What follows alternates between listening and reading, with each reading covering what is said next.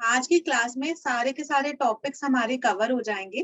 ठीक है, थोड़ा सा शुरू में रिवाइज करवा रही हूँ। लास्ट क्लास में हमने कॉलिगेटिव प्रॉपर्टीज सारी की सारी कंप्लीट कर ली थी। 4 कॉलिगेटिव प्रॉपर्टीज हमने पढ़ी थी। Relative lowering of vapour pressure, elevation in boiling point, depression in freezing point, osmotic pressure. ये 4 कॉलिगेटिव प्रॉपर्टीज हमने कवर करी थी। उसके बाद हमने पढ़ा था वैन हॉफ फैक्टर। ठीक है, शुरू के 10 मिनट आई विल रिवाइज अच्छे से जो पुरानी क्लास का हमने पढ़ा था, उसके बाद हम आगे की क्लास को शुरू करते हैं। वैन हॉफ जो साइंटिस्ट थे, उन्होंने ये स्टडी किया कि हमने जो भी कॉलिगेटिव प्रॉपर्टीज के बारे में जो भी उनके फॉर्मूले निकाले हैं, जो भी स्टडी करी है, वो सारी की सारी स्टडीज नॉन इलेक्ट्रोलाइट्स के लिए हैं। नॉन इलेक्ट्रोलाइट्स वो वाले कंपाउंड्स होते हैं जो सॉल्यूशन में आयंस नहीं फॉर्म करते हैं, आयनाइज नहीं करते, डिसोसिएट या एसोसिएट नहीं करते हैं। नॉन इलेक्ट्रोलाइट्स के लिए करी थी। बट एक्चुअली में अगर इलेक्ट्रोलाइट्स प्रेजेंट होते हैं तो कॉलिगेटिव वैल्यू, कॉलिगेटिव प्रॉपर्टी की वैल्यू आएगी डिफरेंट। अब वो किस तरीके से डिफरेंट होगी, हम उसको हमने स्टडी किया था। वैन हॉफ फैक्टर को रिप्रेजेंट करते हैं आई से। गुड इवनिंग बच्चों। तो वैन हॉफ फैक्टर को हम रिप्रेजेंट करते हैं स्मॉल आई से। हमने अभी तक पढ़ा था कि जितने भी सॉल्यूशंस के लिए हमने पढ़ा, नॉन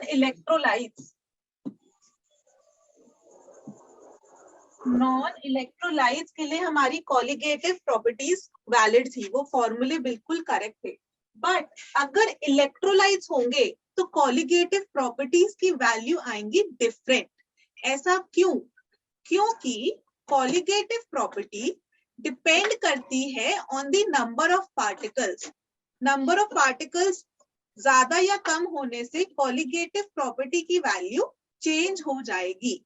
ठीक है, ये हमने पढ़ा था कॉलिगेटिव प्रॉपर्टी की डेफिनेशन में। अब अगर जैसे NaCl है, हमने एक मॉलिक्यूल NaCl का वाटर में डाला, जब सॉल्यूशन बनाया, तो कॉलिगेटिव प्रॉपर्टी की वैल्यू एक मॉलिक्यूल NaCl के हिसाब से आनी चाहिए थी। लेकिन क्योंकि NaCl स्ट्रॉन्ग इलेक्ट्रोलाइट है, बहुत ही स्ट्रॉन्ग सॉल्ट है, वो कंप्लीटली डिसोसिएट हो जाता है Na plus and Cl minus में। तो सॉल्यूशन में हमने डाला एक मॉलिक्यूल था, लेकिन कॉलिगेटिव प्रॉपर्टी की जो वैल्यू आई ना, वो 2 इसकी वजह से आई, 2 आयंस की वजह से आई, तो हमारी कॉलिगेटिव प्रॉपर्टी की वैल्यू चेंज हो गई। ऐसे ही MgCl2 है, ये भी डिसोसिएट हो जाता है पानी में डालकर Mg2 प्लस और 2 क्लोराइड आयंस में। तो अब 3 आयंस की वजह से आई कॉलिगेटिव प्रॉपर्टी। डाला एक मॉलिक्यूल, तो एक की वजह से ही आनी चाहिए थी। Colligative property number of particles पे डिपेंड करती है। डाला हमने एक था, आई वैल्यू 3 की वजह से, तो अब फिर से कॉलिगेटिव प्रॉपर्टी की वैल्यू चेंज हो गई। ऐसे ही एसिटिक एसिड, एसिटिक एसिड क्या होता है, ये डिसोसिएट नहीं करता, ये एसोसिएट कर जाता है। मतलब जनरली जितने भी कार्बोक्सिलिक एसिड्स होते हैं ना, वो बेंजीन के सॉल्यूशन में डालकर एसोसिएट कर जाते हैं। मतलब हमने डब्बे के अंदर जो हमारा कंटेनर है, उसमें 2 मॉलिक्यूल्स डाले एसिटिक एसिड के, पर जब हमने 2 मॉलिक्यूल्स डाले एसिटिक एसिड के, तो वो दोनों मॉलिक्यूल्स हाइड्रोजन बॉन्डिंग की वजह से जुड़ गए। और यहाँ पर जो कॉलिगेटिव प्रॉपर्टी की वैल्यू आई, वो कॉलिगेटिव प्रॉपर्टी की वैल्यू डाइमर बनने के बाद सिर्फ एक मॉलिक्यूल की वजह से आई। मतलब आपने जब ये कंटेनर में डाले तो 2 मॉलिक्यूल्स डाले, और जब आपने प्रॉपर्टी को एनालाइज किया, जैसे एलिवेशन इन बॉइलिंग पॉइंट को या ऑस्मोटिक प्रेशर को एनालाइज किया, तो प्रॉपर्टी की वैल्यू एक ही मॉलिक्यूल की वजह से है, क्योंकि इन दोनों तो आपस में डाइमराइज कर गए हैं। तो इस वजह से वैन हॉफ फैक्टर इंट्रोड्यूस हुआ, आई। उन्होंने क्या बोला कि ऑब्जर्व जो कॉलिगेटिव प्रॉपर्टी की जो वैल्यू है और जो कैलकुलेटेड या फिर जो एक्चुअल आनी चाहिए थी, वो डिफरेंट आ रही है। जो हमने ऑब्जर्व किया वो वाली वैल्यू इज डिफरेंट जो एक्चुअल थ्योरेटिकली जो आनी चाहिए थी। तो उन्होंने आई का फॉर्मूला दे दिया। ये हमने लास्ट क्लास में डिस्कस किया था कि आई होता है total mole solute after dissociation या एसोसिएशन। मतलब NaCl 2 में डिसोसिएट हो जाए, MgCl2 3 में डिसोसिएट हो जाए, इथेनोइक एसिड डाइमराइज कर एक ही बन जाए 2 मॉलिक्यूल्स, तो वो आफ्टर डिसोसिएशन एसोसिएशन के बाद जितने नंबर ऑफ मोल्स बचे दैट डिवाइडेड बाय ओरिजिनली जो प्रेजेंट होने थे, जो ओरिजिनली अगर मैंने एक NaCl डाल तो एक की वजह से वैल्यू आनी चाहिए, तो वो total moles of solute after dissociation और association divided by total moles of solute before dissociation या एसोसिएशन, ये एक फॉर्मूला होता है आई का। दूसरा फॉर्मूला है ऑब्जर्व्ड कॉलिगेटिव प्रॉपर्टी की value divided by calculated. Observed का मतलब होता है कि जो हम ऑब्जर्व कर, जब एक्सपेरिमेंट कर रहे हैं ना लैब के अंदर, उस टाइम हमको जो वैल्यू मिल रही है that divided by calculated. Calculated का मतलब होता है जो थ्योरेटिकल वाली जो एक्चुअल आनी चाहिए थी वो वाली, और ये जो हम लोग एक्सपेरिमेंट करते हैं टाइम जो हम निकाल रहे हैं, तो experimental value divided by theoretical value. और तीसरा फॉर्मूला आई का इज नॉर्मल। एक्चुअली क्या होता है ना, कॉलिगेटिव प्रॉपर्टी जो ये मैंने लिखी है ये इनवर्सली प्रोपोर्शनल होती है मॉलिक्यूलर वेट ऑफ सॉल्यूट से। तो यहाँ पर थ्योरेटिकल वाली लिखना, डिनोमिनेटर में थ्योरेटिकल वाली कॉलिगेटिव प्रॉपर्टी की वैल्यू, तो क्योंकि यहाँ पर कॉलिगेटिव प्रॉपर्टी का मॉलिक्यूलर वेट से इनवर्स रिलेशन होता है, तो ऊपर आ जाएगा नॉर्मल। जैसे NaCl का होता है मॉलिक्यूलर वेट 58.5, तो 58.5 आ जाएगा ऊपर और एबनॉर्मल वाला आ जाएगा नीचे। ठीक है, तो ये वाली चीज पे हम लोग लास्ट क्लास में पिछली बार रुक गए थे, क्योंकि मुझे आपको इसकी डेरिवेशन दिखानी थी कि ये वाला ऐसा क्यों है। इधर वाले में फॉर्मूला बिल्कुल करेक्ट है कि moles after dissociation association divided bye originally जितने होने चाहिए थे बिफोर एसोसिएशन डिसोसिएशन। ऐसे इसी के बेसिस पे जो एक्सपेरिमेंटली जो हमें ऑब्जर्व करी अपॉन एक्चुअल, और जब मॉलिक्यूलर वेट के टर्म्स में बात करेंगे तो जो नॉर्मल जो एक्चुअली होना चाहिए था, जैसे NaCl का 58.5 या एसिटिक एसिड का 60 आता है मॉलिक्यूलर वेट, तो जो 60 डिवाइडेड बाय एबनॉर्मल जो हमको उस टाइम एक्सपेरिमेंटली मिल रहा है। ठीक है, अब यहाँ पर हम लोग कॉलिगेटिव प्रॉपर्टी को चेंज कैसे कर देते हैं। Of course electrolytes non electrolytes के लिए ओरिजिनल फॉर्मूला वैलिड था, अब लेकिन अगर इलेक्ट्रोलाइट्स हो गए तो हमको फॉर्मूले को मॉडिफाई करना पड़ेगा जिससे कि हमारा करेक्ट आंसर निकल जाए। तो हम जो ये कॉलिगेटिव प्रॉपर्टीज है, पहली colligative property relative lowering of vapour pressure, सबको याद है relative lowering of vapour pressure है ना, इस पे हमने 2 क्लासेस स्पेंड करी थी पूरा समझने के लिए, बॉइलिंग पॉइंट से रिलेट किया था, सब कुछ किया था, है ना। सिर्फ न्यूमरेटर होता है तो उसको लोअरिंग ऑफ वेपर प्रेशर कहते हैं। अगर numerator upon this original pure solvent का आ जाए तो उसको relative lowering of vapour pressure कह देते हैं। तो relative lowering of vapour pressure is equal to mole fraction of solute होता था, तो यहाँ पर हमने आई लगा दिया। आई का मतलब हो गया बैंट ऑफ फैक्टर से मल्टीप्लाई कर दिया। ऐसे ही elevation in boiling point is equal to I into molar elevation constant into molality. ऐसे ही delta T F depression in freezing point, depression in freezing point is equal to I into K F into F. और pi होता है osmotic pressure, osmotic pressure को भी modify करने के लिए हम यहाँ पर आई लगा देंगे।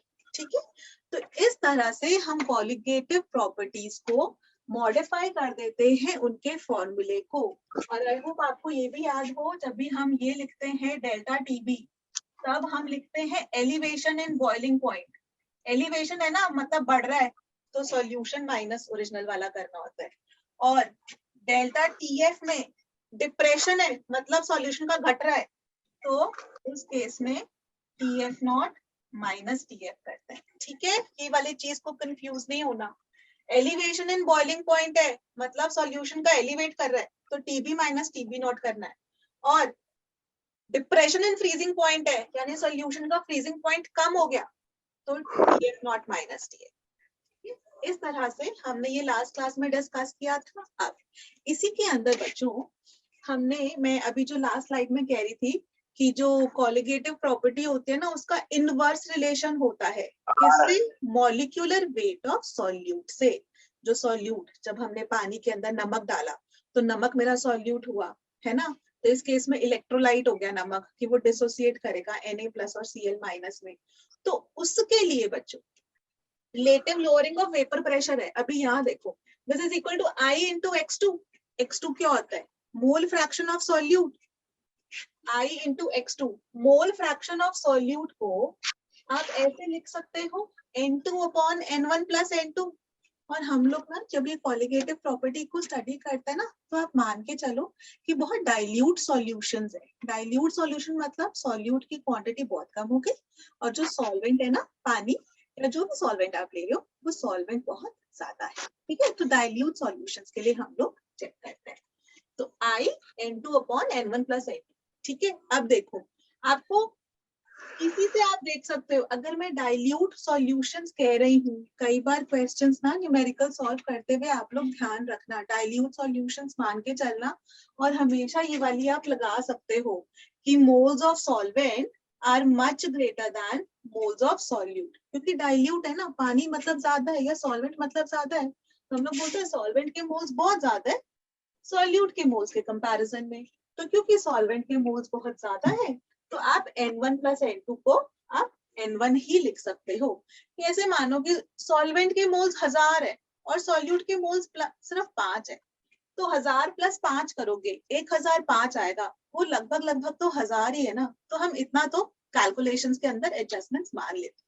ठीक है, तो n2 अपॉन n1, और ये n2 को क्या लिख सकते हो, mass of solute upon molecular weight of solute. तो देखो जो कॉलिगेटिव प्रॉपर्टी थी हमारी, वो मॉलिक्यूलर वेट ऑफ सॉल्यूट से इनवर्सली इनवर्सली प्रोपोर्शनल है, मतलब इनवर्स रिलेशन है उसका। ऐसे ही आप इसमें भी देख सकते हो, second colligative property I Kb into m। Molality क्या होता है, मोल्स ऑफ सॉल्यूट, और अगर मोल्स ऑफ सॉल्यूट है तो मोल्स ऑफ सॉल्यूट को लिख सकते हैं ना, mass of solute upon molecular weight of solute. तो फिर से कॉलिगेटिव प्रॉपर्टी का इनवर्स रिलेशन है, इधर भी मोलालिटी है, इधर भी मोलालिटी है और इधर भी कॉन्सेंट्रेशन है। अगर आप इन सब में देखो तो सिंपली इतना सोच लो कि colligative property directly proportional to number of moles होती है, मोल फ्रैक्शन में, मोलालिटी में, कॉन्सेंट्रेशन में। और मोल्स क्या होता है, मास अपॉन मॉलिक्यूलर वेट। तो कॉलिगेटिव प्रॉपर्टी मॉलिक्यूलर वेट से इनवर्सली रिलेशन, इनवर्सली प्रोपोर्शनल है। ठीक है, तो वही वाली चीज बच्चों मैंने यहाँ पर लिखी कि यहाँ पर ऑब्जर्व जो एबनॉर्मल वाली कॉलिगेटिव प्रॉपर्टी की वैल्यू आ रही है experimentally divided by actual theoretical जो आनी चाहिए थी, वही वाली चीज, क्योंकि ऑब्जर्व है ना, तो यहाँ पर मैंने नॉर्मल कर दिया और नीचे ऑब्जर्व वाला कर दिया कि जो एबनॉर्मल मॉलिक्यूलर वेट आ रहा है। ठीक है, सबको समझ में आया? लास्ट वाली क्लास में हमने यहाँ पर रोका था ये वाला डेरिवेशन, ये वाला एक्सप्लेनेशन देने के लिए। इज एवरीवन क्लियर बच्चों? कुछ डाउट्स है, किसी को कुछ पूछना है? No ma'am. चलो आगे बढ़ते हैं। ओके, ये भी हमने लास्ट क्लास में डिस्कस किया था कि अगर डिसोसिएट हो रहा होता है, लास्ट क्लास में मैंने आपको degree of dissociation, degree of association समझाई थी। डिसोसिएशन एसोसिएशन ना आपके लिए वैसे भी जो आपका क्लास 11 का केमिकल इक्विलिब्रियम वाला चैप्टर होता है, केमिकल इक्विलिब्रियम, आयनिक इक्विलिब्रियम, इन दोनों चैप्टर्स के अंदर भी मैम इसको थोड़ा जूम कर दीजिए। इसको जूम कर दूं? अच्छा, is it better? Yes ma'am. ठीक, तो आई थिंक थोड़ा ज्यादा हो जाएगा। मैम फोकस ज्यादा है। मैम ब्राइटनेस भी ज्यादा है तो थोड़ा ना शो नहीं हो रहा, क्लैरिटी नहीं आ रही। अच्छा, ब्राइटनेस, एक सेकेंड, हाँ सर कर रहे हैं, हाँ से करूं, हो गया, ठीक, थैंक यू, ठीक, चलो ओके, चलो आगे बढ़ते बच्चों। तो जब हम लोग डिसोसिएशन की बात करते हैं, डिसोसिएट मतलब समझो, जब भी आपको स्ट्रॉन्ग इलेक्ट्रोलाइट दिखे, NaCl, MgCl2, aluminium sulphate, potassium sulphate, जो भी स्ट्रॉन्ग इलेक्ट्रोलाइट्स होते हैं, वो ना जनरली 100% डिसोसिएशन हम मानकर चलते हैं। लेकिन कभी कभी हो सकता थोड़ा सा कम भी डिसोसिएट हो, थोड़े वीक इलेक्ट्रोलाइट्स हो सकते हैं, जैसे कि वीक इलेक्ट्रोलाइट्स के अंदर अमोनियम हाइड्रोक्साइड हो गया कि वो थोड़ा सा डिसोसिएट होता है। तो हम लोग डिग्री ऑफ डिसोसिएशन निकाल रहे थे, कितना डिग्री, कितना परसेंट वो डिसोसिएट कर रहा है। ठीक है, तो जैसे MgCl2 है, ये स्ट्रॉन्ग इलेक्ट्रोलाइट है, तो इसके अंदर हम बोल सकते हैं अभी एक्सप्लेनेशन के लिए कि लेट अस अज्यूम कि ये 100% डिसोसिएट हो रहा है। तो पहले इन NaCl वाला समझो, पहले NaCl वाला समझो कि NaCl है, लेट अस अज्यूम कि वो 100% डिसोसिएट हो रहा है। मेरा जो कंटेनर है उसमें सिर्फ पानी पानी था, पहले तो सिर्फ प्योर सॉल्वेंट था, अब मैंने उसके अंदर एक मॉलिक्यूल NaCl का डाल दिया। जैसे ही मैंने उसके अंदर एक मॉलिक्यूल NaCl का डाला, देखो T = 0 पे एक मॉलिक्यूल डाला, तब Na+ और Cl- बिल्कुल भी नहीं है, खाली है, तो मैंने यहाँ पे डैश डैश डाल दिया कि वो तो एब्सेंट है। T = 0 इनिशियल टाइम पे।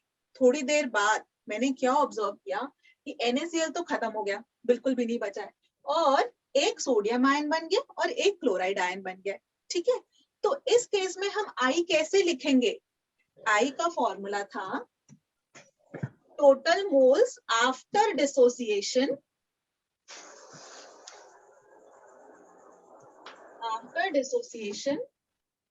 Upon total moles before dissociation. Dissociation के बाद कितने हुए, यानी कि इसके तो 0 है, इसका एक, इसका एक, तो एक और एक डिवाइडेड बाय ओरिजिनली 1, तो 1 + 1 अपॉन 1 यानी कि 2। तो इस केस में I की वैल्यू आ गई 2। और अब से आप लोग याद रखोगे डिसोसिएशन के केस में ना I की वैल्यू ग्रेटर देन 1 आती है, 1 से बड़ी डिसोसिएशन के लिए, 1 से छोटी एसोसिएशन के लिए। ठीक है, तो डिसोसिएशन के अंदर हमेशा I की वैल्यू ग्रेटर देन 1 आएगी, 1 से बड़ी आएगी। ठीक है, ओके। ऐसे ही अगर MgCl2 है बच्चों, तो मैग्नीशियम क्लोराइड को भी हमने माना कि 100% डिसोसिएट होता है, या तो क्वेश्चन में मेंशन्ड हो कि इतना % डिसोसिएट हो रहा है, इसकी कुछ डिग्री ऑफ डिसोसिएशन है। अगर ना मेंशन्ड हो ना, तो जो ऐसे वाले सॉल्ट्स होते हैं जिनको आपको देख के पता चल जाए कि अरे ये तो 100% ही होते हैं, तो वो 100% लगा देना। या तो वो क्वेश्चन में बोल देंगे कि ये थोड़ा सा ही डिसोसिएट हो रहा है, थोड़ा सा ही आयनाइज हो रहा है, तब तो ठीक है। अगर वो ना बोले तो आप इनको 100% मानकर चलोगे। ठीक है, और डिसोसिएशन के केस में I ग्रेटर देन 1 आता है। ठीक है, ये दोनों चीजें आपको याद रखनी है। अब ऐसे MgCl2 है, पहले एक था इक्विलिब्रियम पे, इसका एक खत्म हो गया, एक MgCl2 से बैलेंस रिएक्शन लिखने पर एक मैग्नीशियम बना और 2 क्लोराइड बने।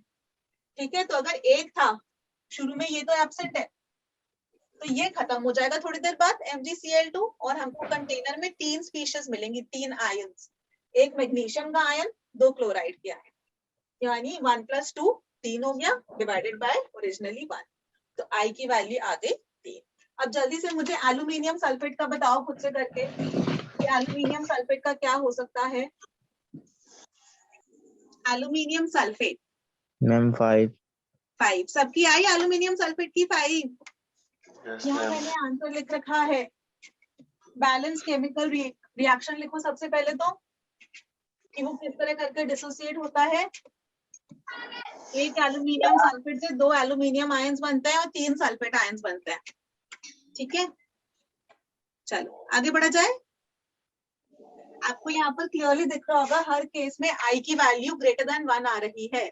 पिछली बार हमने एक और एग्जांपल किया था, इसी के अंदर हमने किया था K4FeCN6 का।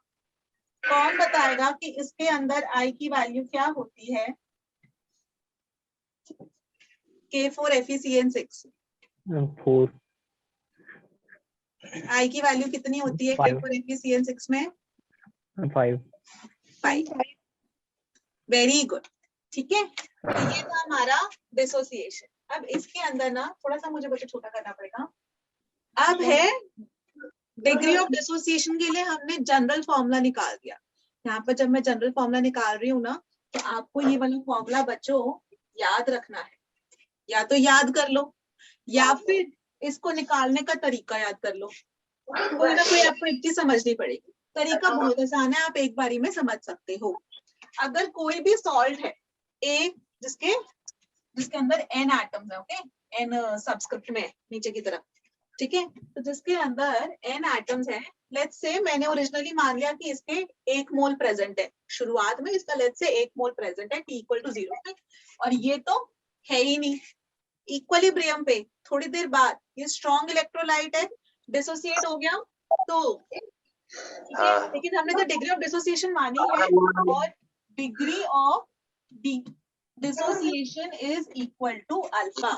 इसकी degree of dissociation is alpha, इसकी अल्फा मोल्स डिसोसिएट हो रहे हैं। ठीक है, तो एक में से लेट्स से अल्फा चले गए, ठीक है, 1 माइनस अल्फा। अब देखो एक एटम से n एटम्स बन रहे हैं, तो अल्फा अगर निकल गए इसके, यहाँ बचे 1 माइनस अल्फा, अल्फा निकल गए तो यहाँ बचे 1 minus alpha, Yes, alpha ma'am. निकले, एक से n बने तो अल्फा से अल्फा n बने, है ना। Yes, ma'am. 3 निकले होते तो 3 बन तो जाते, 4 निकले तो 3 4 बन जाते, ऐसे करके, ठीक है। तो 1 है तो 0.3 या 0.4 ले लेंगे उस हिसाब से।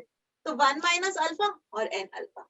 डिग्री ऑफ डिसोसिएशन का निकालने का तरीका आता है यहाँ पर। डिग्री ऑफ डिसोसिएशन ये जो होती है, ये कैसे करेंगे हम, आई शो यू, थोड़ी देर बताती हूँ। पहले तो आई समझ लो, आई क्या होगा, डिसोसिएशन के बाद जितने बचे हैं 1 minus alpha plus n alpha upon 1, ठीक है। तो Yes, ma'am. I is equal to 1 minus alpha plus n alpha, 1 plus alpha common ले लिया, n minus 1, तो ये I minus 1 इधर आ गया अपॉन n minus 1।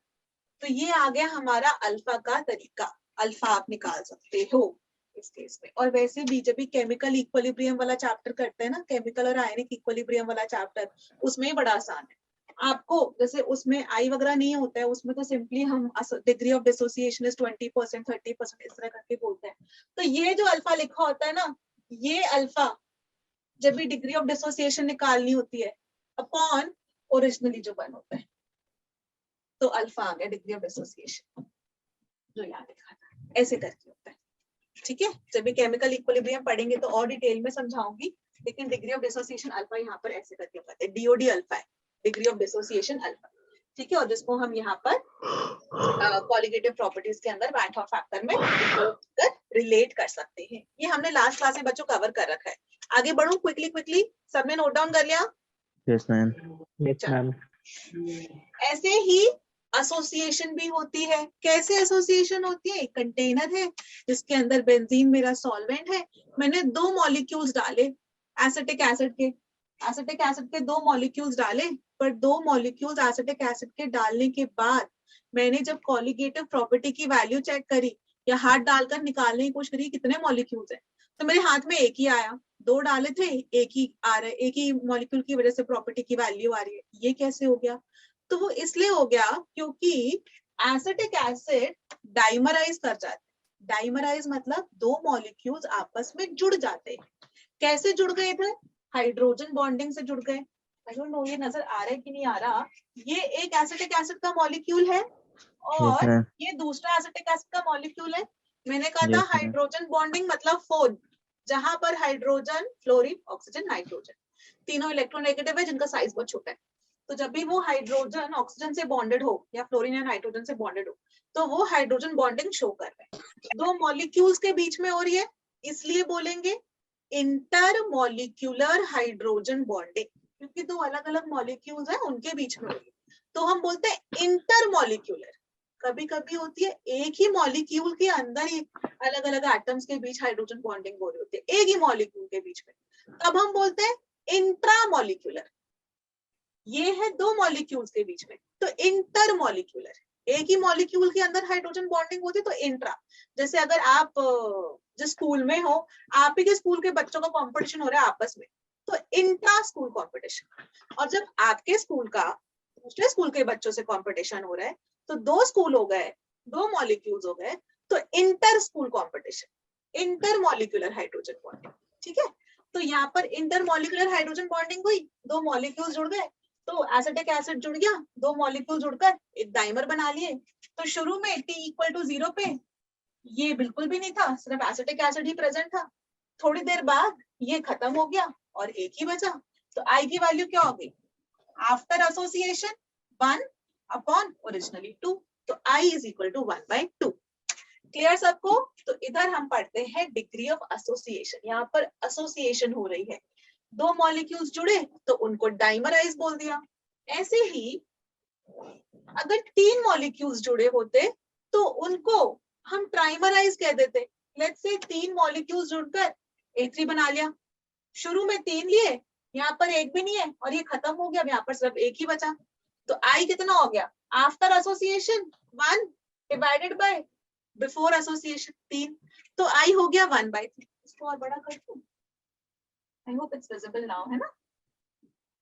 Okay. इतना बड़ा तक हो सकता है। ऐसे ही टेट्रामराइज भी हो सकता है कि 4 मॉलिक्यूल्स लिए वो जुड़कर A4 बन गया। तो शुरू में 4 थे, ये एक भी नहीं, थोड़ी देर बाद ये खत्म हो गया और ये 1 बन गया। तो इधर I की वैल्यू कितनी हो जाएगी? After association 1 divided by originally 4। तो I इज इक्वल टू 1/4। तो इस तरह करके हम लोग सॉल्व करते हैं, ठीक है। और ये हमारा एसोसिएशन के लिए फॉर्मूला, ठीक है। जनरल केस कि अगर n मॉलिक्यूल्स A के सारे पॉलीमराइज कर AN बना रहे हैं, तो फिर इनिशियली अगर इसको 1 मान लो और लेट्स से इधर से अल्फा निकल रहे, अल्फा पता मैं क्यों ले रही हूँ, मैं अल्फा सिंपली मैं चाहे तो 1 माइनस n अल्फा लिख सकती थी, पर मैंने यहाँ पे 1 माइनस अल्फा लिखा कि पहले मेरे पास 1 मोल था, ये बिल्कुल भी नहीं था। अब मैंने बोला कि इसके अल्फा निकल गए। क्यों मैं अल्फा बोल रही हूँ? क्योंकि मैं चाह रही हूँ कि डिग्री ऑफ एसोसिएशन मेरी अल्फा हो जाए। वो अल्फा कैसे हो जाएगी? जो अभी समझाया था कि यहाँ पर ये अल्फा कितने निकले अपॉन ओरिजिनल, अल्फा अपॉन 1। तो देखो अल्फा आ रहा है, तो मेरी डिग्री ऑफ डिसोसिएशन अल्फा आ रही है। अगर मैं इसको ना 1 माइनस एन अल्फा निकालती, जो इसका स्टोइकियोमेट्रिक कोएफिशिएंट में 1 माइनस एन अल्फा करती, तो यहाँ अल्फा लिखती, तो एन अल्फा कर देती, तो मेरी डिग्री ऑफ एसोसिएशन कितनी हो जाती? एन अल्फा अपॉन 1, यानी कि तब मेरी एन अल्फा हो जाती है डिग्री ऑफ एसोसिएशन। मेरे को तो एन अल्फा नहीं चाहिए, मैं तो अल्फा चाह रही हूँ, ठीक है। पर दोनों तरीके करेक्ट है, आप वैसे भी कर सकते हो। ये जो फॉर्मूला मैंने लिखा है वो अल्फा के बेसिस पे लिखा है कि अल्फा को मैं डिग्री ऑफ एसोसिएशन मानती हूँ, ठीक है। तो इसको हम यहाँ से मिटा देते हैं, जिससे कि हमारी डिग्री ऑफ एसोसिएशन अल्फा है, ठीक है। तो 1 में से अल्फा निकल गए, ठीक है। पहले 1 था, अल्फा निकल गए, बचे कितने? 1 माइनस अल्फा। अब n से 1 बन रहा है, अल्फा से कितना बनेगा? अल्फा बाय n, है कि नहीं? n से 1 बन रहा है, यानी से 10 से 1 बन रहा है, 4 से कितना बचेगा? 4 बाय 10 बनेगा ना, तो अल्फा बाय। तो ऐसे ही अब I क्या हो जाएगा? आफ्टर एसोसिएशन कितना हो गया? 1 minus alpha plus alpha by n, the whole divided by 1, ठीक है। तो इसका ये फॉर्मूला आ जाता है। इधर अल्फा कॉमन ले लो, अल्फा कॉमन लेके हाँ लिख रखा है, 1 प्लस अल्फा किया, 1 बाय n माइनस 1 कर दिया और यहाँ पर आ गया।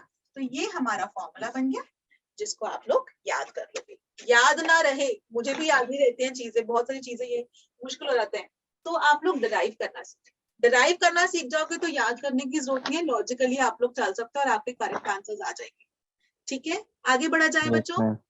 अब इसके बाद लिखे हैं मैंने क्वेश्चंस, सबको क्लियर है? कोई डाउट्स किसी को कुछ पूछना है? चलो सब लोग ठीक, चलो ये वाला सॉल्व करो बच्चों। ये वाला है 91 में क्वेश्चन आ रखा है, प्लीज सॉल्व। जो ब्लैक में लिखा है क्वेश्चन है, ओके, ब्लू वाले को इग्नोर कर देना, वो मैंने समझाने के लिए लिख रखा है। क्वेश्चन में कह रहे हैं कि ये वाले 4 सॉल्यूशंस गिवन है, 0.01 molal NaCl, 0.005 molal MgCl2 magnesium chloride, 0.005 molal ethanol, ethanol non electrolyte है, 0.005 molal magnesium sulphate.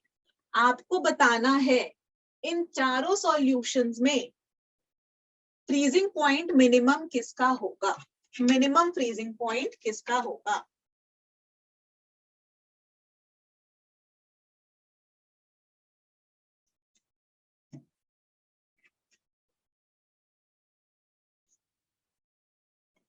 Freezing point पूछा है, फ्रीजिंग पॉइंट आप लोग जिन बच्चों को आ गया समझ में वो लोग सॉल्व करो, और जिनको थोड़ा सा थिंकिंग में हेल्प चाहिए मैं हेल्प कर रही हूँ, ठीक है। उन्होंने पूछा है फ्रीजिंग पॉइंट, फ्रीजिंग पॉइंट कहाँ पढ़ा था? डिप्रेशन इन फ्रीजिंग पॉइंट में पढ़ा था, तो डिप्रेशन इन फ्रीजिंग पॉइंट में पढ़ा था, तो ठीक है। आप सबसे पहले ये वाला फॉर्मूला लिख लोगे, delta TF is equal to KF into M।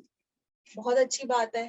अब यहाँ पर तो हमको इलेक्ट्रोलाइट्स नॉन इलेक्ट्रोलाइट्स दे रखे हैं, तो ऐसा करते हैं कॉलिगेटिव प्रॉपर्टी का जब भी हमें फॉर्मूला लगाना हो तो I लगा देते हैं, काम खत्म, ठीक है। तो I लगा दिया तो डेल्टा TF बन गया I into KF into M। अब इसके बेसिस पे चलते हैं, चलो एक एक ऑप्शन एक्सप्लोर करते हैं। इस केस में डेल्टा टीएफ कितना हो जाएगा? Delta TF is equal to I into K F into M. NaCl के लिए देखो यहाँ पर कुछ नहीं मेंशन्ड है, तो आप मान के चलोगे कि स्ट्रॉन्ग इलेक्ट्रोलाइट तो 100% डिसोसिएशन, ठीक है। तो यहाँ पर आप मानकर चल रहे हो कि 100% है, बहुत अच्छी बात है, 100% है। तो NaCl के लिए आई की वैल्यू कितनी होती है?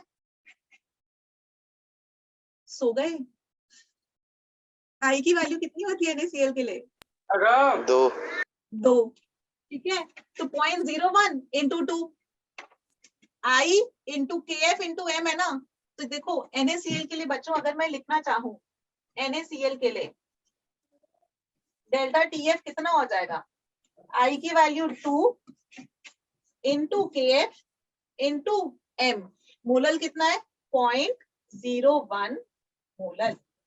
तो 2 इंटू 0.01, तो इसका मतलब हो गया 0.02 kf, ठीक है। ऐसे ही MgCl2 के लिए आई की वैल्यू बोलो, MgCl2 के लिए आई की वैल्यू 3, ठीक है। तो 3 से आप मल्टीप्लाई कर दोगे 0.005 इंटू 3, तो 0.015 0.015 kf, ठीक है। इथेनॉल, अब इथेनॉल जो है ना वो इलेक्ट्रोलाइट नहीं है, नॉन इलेक्ट्रोलाइट है। नॉन इलेक्ट्रोलाइट के लिए आई के वैल्यू हम सिंपली 1 मान के चलते हैं, है ना। तो नॉर्मल फॉर्मूला अप्लाई हो जाएगा, delta T F equal to KF into M. तो इसको आप 0.05 भी लिख दोगे, ठीक है।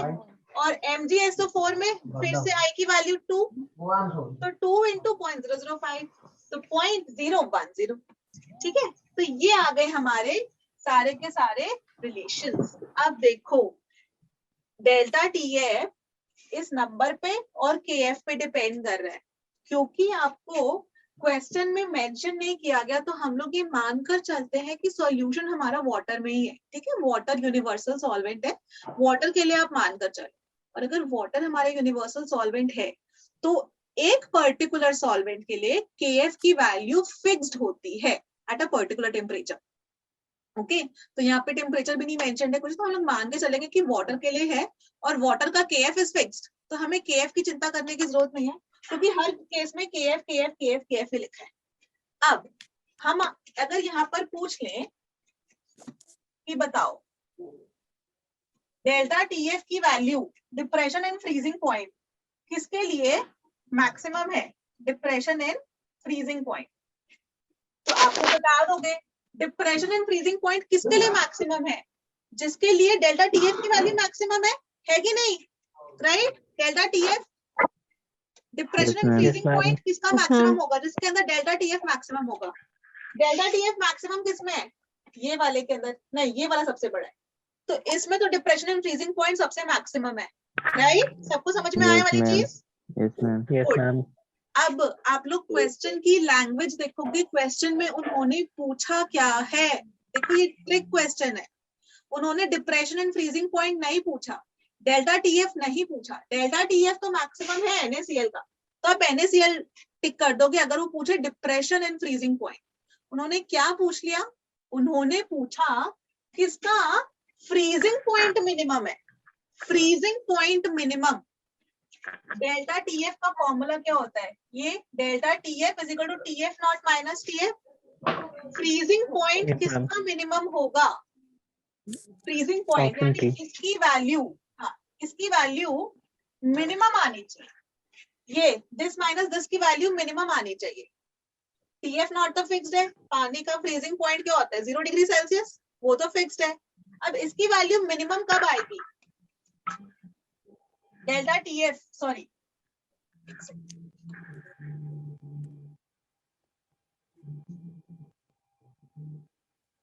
हाँ, उन्होंने पूछा है किसका फ्रीजिंग पॉइंट मिनिमम है, किसका फ्रीजिंग पॉइंट, ये वाली चीज। अगर जिसकी ये वाली चीज मिनिमम हो गई, सबसे छोटी हो गई, जिसकी फ्रीजिंग पॉइंट ये वाली चीज सबकी छोटी हो गई, उसकी डेल्टा टीएफ की वैल्यू हाईएस्ट हो जाएगी नहीं हो जाएगी?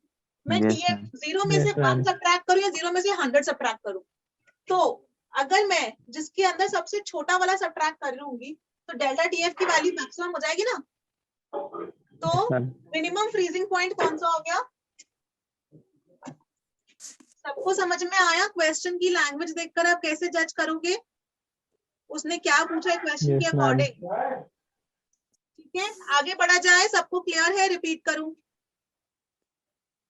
किसी के लिए रिपीट करूं? सबको क्लियर है? Yes ma'am. मैम आगे एक बार बढ़ा रिपीट जाए? कर दीजिए। मैम एक बार Yes, रिपीट ma'am. कर दीजिए। एक बार एक्सप्लेन कर दूं? Yes ma'am. हाँ, तो वो क्वेश्चन में उन्होंने पूछा इनमें से कौन सा वाला है जिस सॉल्यूशन का फ्रीजिंग पॉइंट मिनिमम है। फ्रीजिंग पॉइंट मिनिमम है ये हमको बताना है। ठीक है, डेल्टा टीएफ होता है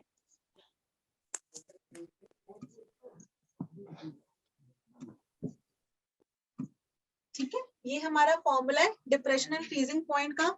उन्होंने बोला जिसका फ्रीजिंग पॉइंट मिनिमम है। फ्रीजिंग पॉइंट देखो, सॉल्वेंट जो होता है पानी, ठीक है, जिसके लिए हम टीएफ नॉट लिखते हैं, सॉल्वेंट का तो फ्रीजिंग पॉइंट फिक्स ना 0 डिग्री सेल्सियस।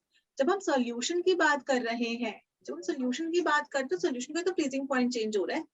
तो यस मैम। फ्रीजिंग पॉइंट ये वाली वैल्यू मिनिमम हुई, यस ये मैम। वाली वैल्यू मिनिमम हुई।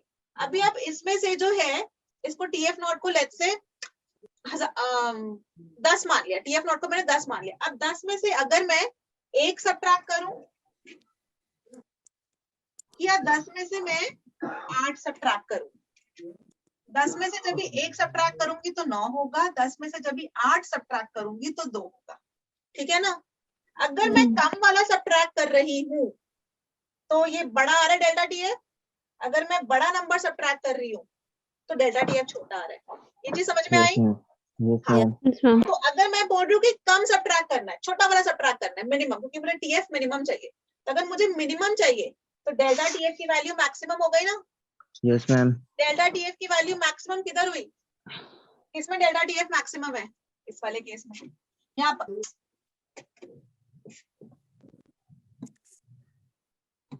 यहाँ पे डेल्टा टीएफ की वैल्यू मैक्सिमम है ना?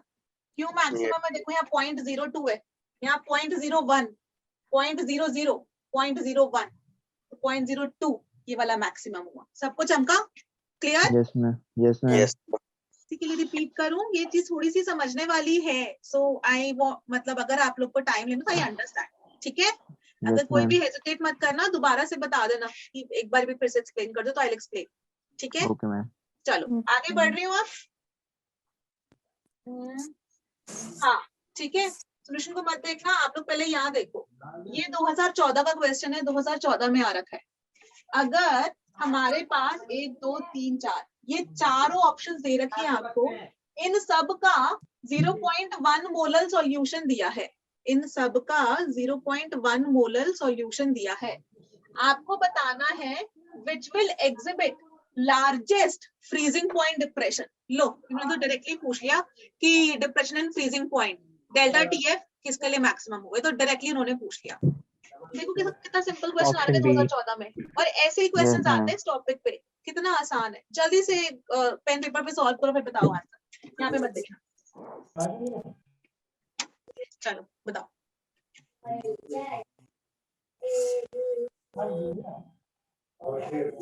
Option C. Very good, Aluminium sulfate. Ma'am option C. Very good. Directly delta TF बताना है, डेल्टा टीएफ का फॉर्मूला आपने लगा दिया। Delta Yes, TF, ma'am. अरे delta TF is equal to I into PF. Simply आपने सॉल्व कर लिया। डिप्रेशन एंड फ्रीजिंग पॉइंट पूछा है, इस केस में आई की वैल्यू होती है 2, तो 2 इंटू अरे 2 इंटू केएफ इंटू मोलारिटी को भी ऐसे ही छोड़ दो, मल्टीप्लाई भी मत करो, सीधा आई की बेसिस पे आंसर निकल जाएगा, क्योंकि कुछ मेंशन नहीं है आपने। अच्छा एक्वस लिखा हुआ है तो वाटर लिख रखा है, सबका वाटर का सॉल्यूशन है तो सबका केएफ सेम हो गया, सबका केएफ सेम, सबकी मोलारिटी सेम। कितना मतलब आसान क्वेश्चन है, लिटरली 10 सेकंड के अंदर, 30 सेकंड्स के अंदर आप सॉल्व कर सकते हो। और आप मैम आगे बढ़ केएफ की जाओगे। वैल्यू कैसे मैम? क्या बेटा? मैम केएफ की वैल्यू कैसे फाइंड केएफ करेंगे? की वैल्यू देखो या तो क्वेश्चन में मेंशन होएगी।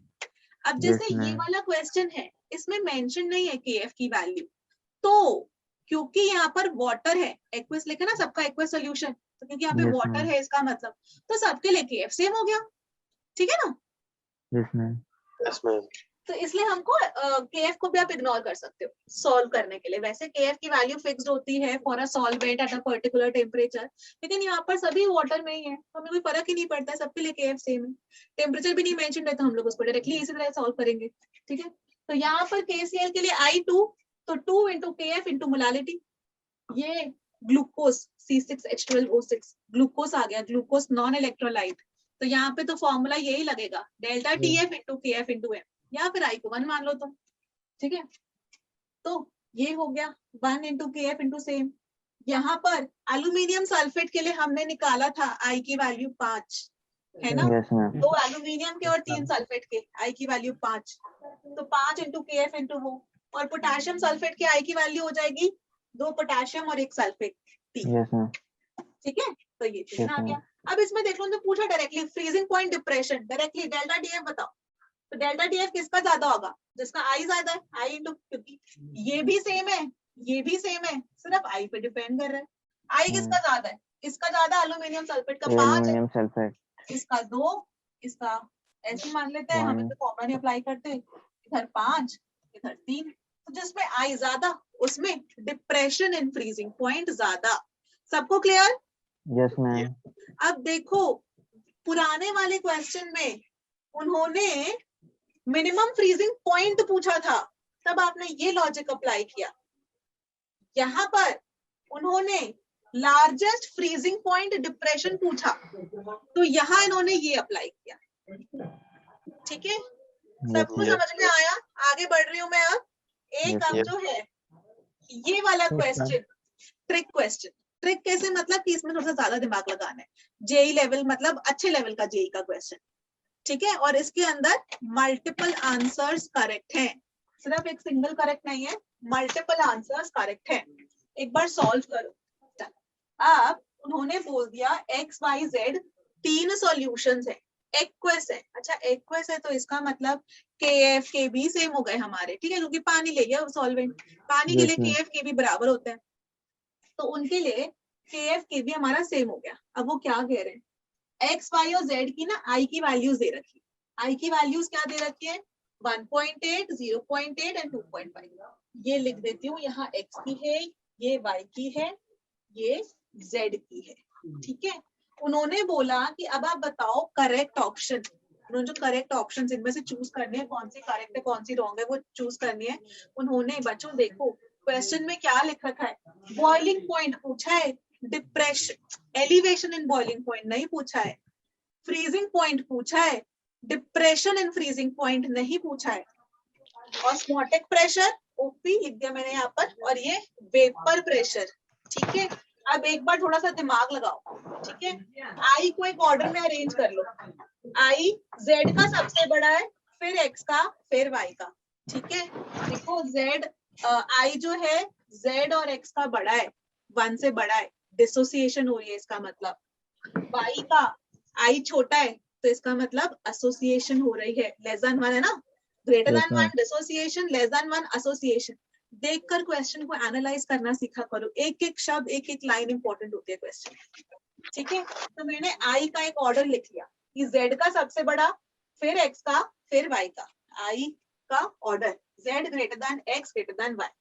अब आपको बताना है फर्स्ट केस में क्या वाई का बॉइलिंग पॉइंट का यही होगा। एक बार खुद से सॉल्व करो बच्चों, फिर मैं इसके आगे डिस्कस करती हूँ। इसके बाद लास्ट बचा है हेनरीज लॉ और एजियोट्रोप, आज चैप्टर खत्म। चल ठीक है, आई होप सबने एक बार कोशिश करी हो।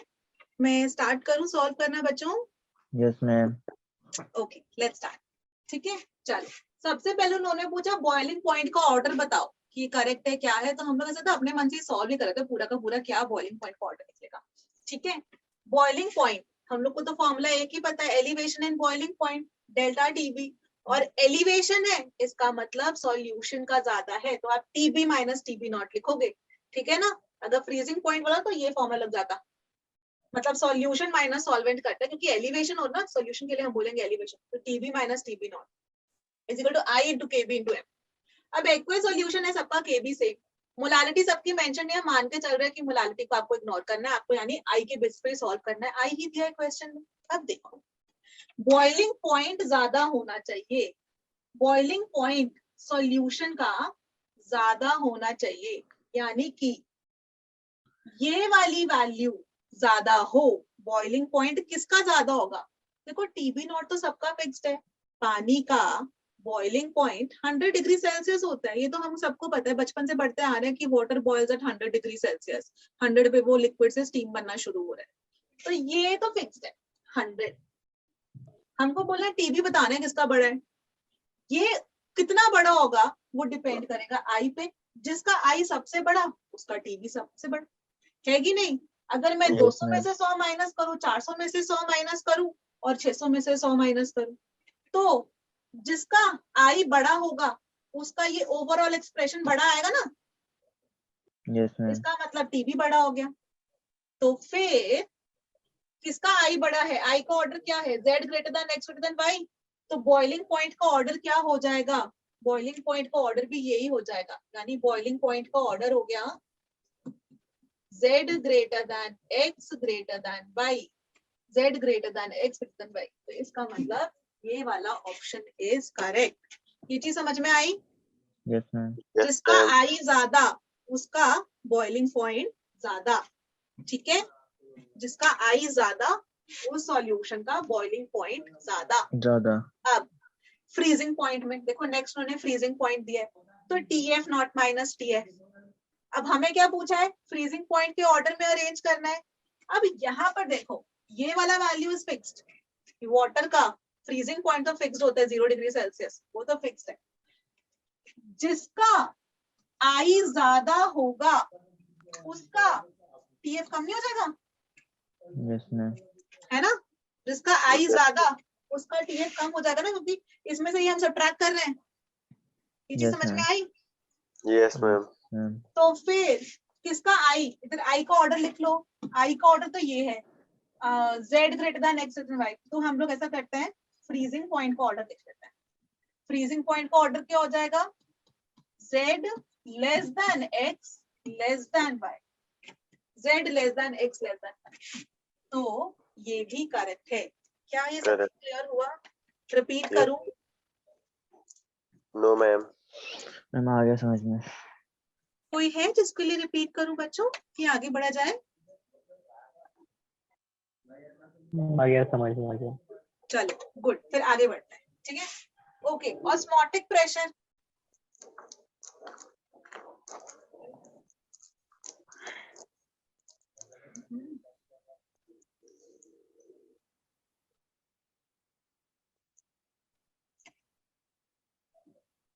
ओके, ऑस्मोटिक प्रेशर का लिखा नहीं है, लेकिन ऑस्मोटिक प्रेशर में भी हमें पता है pi is equal to CRT ना, क्या लिखते हैं? हमें पता है ना, pi is equal to CRT। Osmotic pressure का यही फॉर्मूला होता है। Concentration Yes, ma'am. सबकी सेम मान लो, R कांस्टेंट है, टेम्परेचर कांस्टेंट मान लो, तो ऑस्मोटिक प्रेशर तो I के साथ चेंज करेगा ना। ऑप्शन में तो उन्होंने ऑस्मोटिक प्रेशर इक्वल दे रखा है, तो ये वाला ऑप्शन क्लियरली रॉन्ग है। Yes, ठीक है? ma'am. अब वेपर प्रेशर देख लेते हैं, मैं यहाँ पर ही लिख देती हूँ, आई ज्यादा तो बॉइलिंग पॉइंट TB ज्यादा, आई ज्यादा तो TF कम, ठीक है? तो ठीक है, अब लास्ट जो है ऑस्मोटिक, उन्होंने वेपर प्रेशर को कंपेयर करने को बोल रखा है। उन्होंने बोल रखा है कि वेपर प्रेशर को बता दो, तो वेपर प्रेशर को आप कंपेयर कर लोगे, जिसका आई ज्यादा यहाँ पे सब्ट्रैक्ट हो रहा है, तो प्रेशर सब्सटेंस कम हो गया ना। Yes, तो ma'am. आई का ऑर्डर है z greater than x greater than y, आई का ऑर्डर ये है, तो PS का z vapour pressure z less than x less than y हो जाएगा, z less than x less than y हो गया, तो हमारी ऑप्शन इनकरेक्ट, क्योंकि यहाँ पर z ग्रेटर कर रखा है, हमें z less than x less than y करना है। क्या सबको समझ में आई ये वाली चीज? ये बहुत टफ क्वेश्चन था, ये लेवल एक लेवल ऊपर क्वेश्चन था ये। सब लोग क्लियर है इसके अंदर? मैम एक Yes. बार और एक्सप्लेन कर दीजिए. क्या बोलो, फिर से बोलो प्लीज। मैम एक्सप्लेन कर दीजिए एक बार. चारों पॉइंट्स की एक? मैम चारों. चारों कर, ओके नो प्रॉब्लम। अच्छा,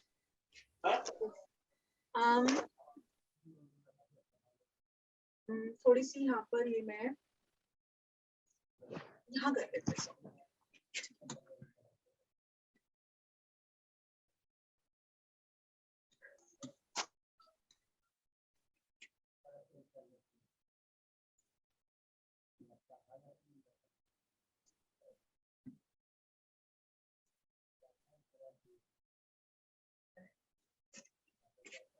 ये है हमारा फॉर्मूला। और डेल्टा टीबी को बेटा लिख देते हैं, एलिवेशन है तो TB Yes, ma'am. Minus TB naught, TV this not. Is equal to I into KB into M. ठीक है, Yes, ma'am. एक सेकेंड, यहाँ पर नॉट आ रहा था।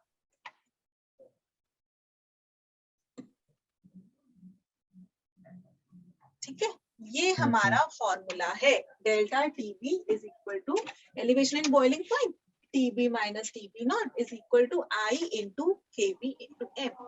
अब देखो बच्चों, आई का ऑर्डर आपको पता है, ठीक है, आई का ऑर्डर यहां से ले लेते हैं, ये है, ठीक है, आई का ऑर्डर जेड का सबसे बड़ा, फिर एक्स का, फिर वाई का। आई का ऑर्डर हो गया Z greater than X Greater greater than than Y. ठीक है, हमको Yes, आई ma'am. पता है, बहुत अच्छी बात है, हमने आई लिख दिया। आई ज्यादा तो एलिवेशन ज्यादा, यहाँ तक क्लियर है? Yes, ma'am. आई ज्यादा तो Yes, ma'am. एलिवेशन ज्यादा, ठीक है, एलिवेशन ma'am. ज्यादा इसका मतलब बॉइलिंग पॉइंट बहुत ज्यादा बढ़ रहा है ना, Yes, ma'am. तो बॉइलिंग पॉइंट का ऑर्डर सेम हो जाएगा, Hmm. z greater than x greater than Y. ठीक है, ये वाला पहला वाला क्लियर? Yes, ma'am. आई ज्यादा तो एलिवेशन ज्यादा, है ना, तो इसका मतलब पहली ऑप्शन, ठीक है, यहाँ पर खिचड़ी पकड़ी मिटा देते हैं, बहुत ज्यादा ये चीजें लिख देती है तो जिससे कंफ्यूज ना हो।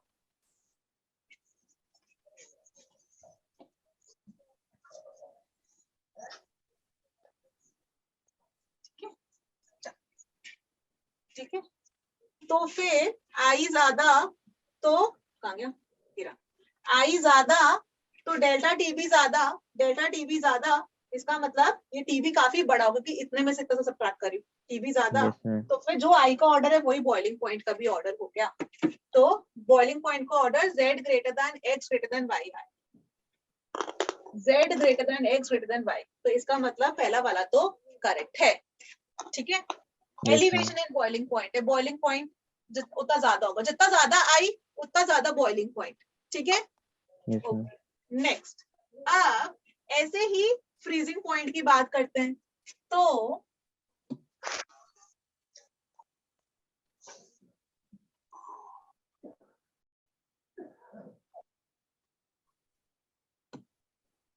Delta TF is equal to KF into M, और डेल्टा TF को लिख लेते हैं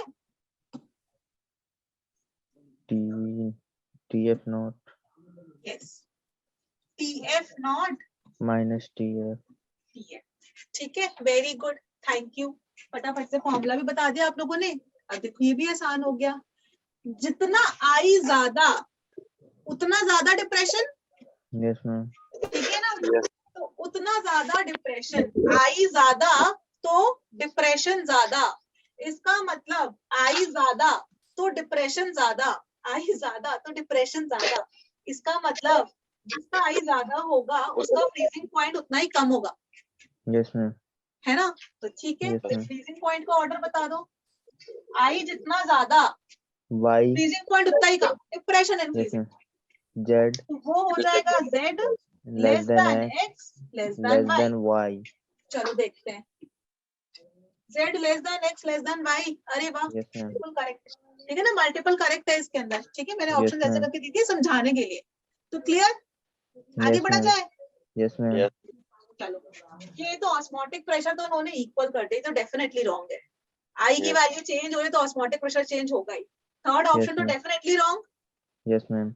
ओके, अब लास्ट ऑप्शन देख लेते हैं बच्चों, relative lowering of vapour pressure, ठीक है, वाला फॉर्मूला था, हमें यहाँ पे वेपर प्रेशर चेक करना है, सॉल्यूशन का vapour pressure Yes, check ma'am. करना है, तो फिर से वेपर प्रेशर का फॉर्मूला होता है ये is equal to P1 I naught into minus mole P. Fraction, mole fraction same है, P1 नॉट सेम है, सॉल्वेंट का सेम है, हमें ये चेक करना है, lowering of vapour pressure, I ज्यादा तो वेपर प्रेशर तो ज्यादा घट गया, Yes, ma'am. तो आई ज्यादा तो वेपर प्रेशर तो ज्यादा घट गया, आई का ऑर्डर है ये, तो वेपर प्रेशर घट जाएगा, तो z less than x less than y, vapour pressure घट गया ना, लोअरिंग, आई ज्यादा तो वो घट गया, तो आई का ऑर्डर ये है, तो वेपर प्रेशर लोअर कर गया, घट गया, आई ज्यादा तो lowering of paper, relative lowering of paper pressure है ना, तो Z less than X less than Y।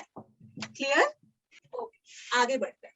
यहाँ से पूरा का पूरा खत्म हो गया हमारा चैप्टर का। एक छोटा सा टॉपिक बचा है, हेनरीज लॉ।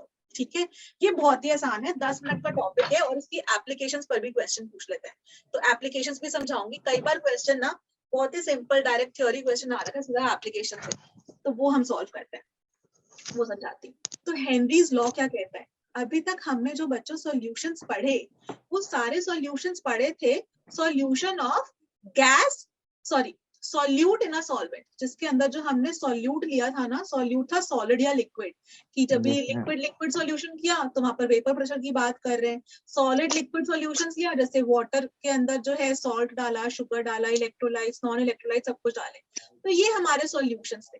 अब हेनरी जो साइंटिस्ट थे, उन्होंने जो अपना हेनरीज लॉ दिया, वो लॉ उन्होंने गैसेस को डिसॉल्व करने पर दिया। तो उन्होंने बोला देखो गैसेस भी डिसॉल्व होती है पानी के अंदर, जो एक्वेटिक स्पीशीज होती है वो ऑक्सीजन कैसे ब्रीथ करती है, पानी के अंदर थोड़ी सी ऑक्सीजन गैस डिसॉल्व होती है, तो वो ऑक्सीजन गैस ब्रीथ कर रही होती है, तो गैसेस भी तो सॉल्यूट की तरह एक्ट कर रही है ना पर्टिकुलर सॉल्वेंट।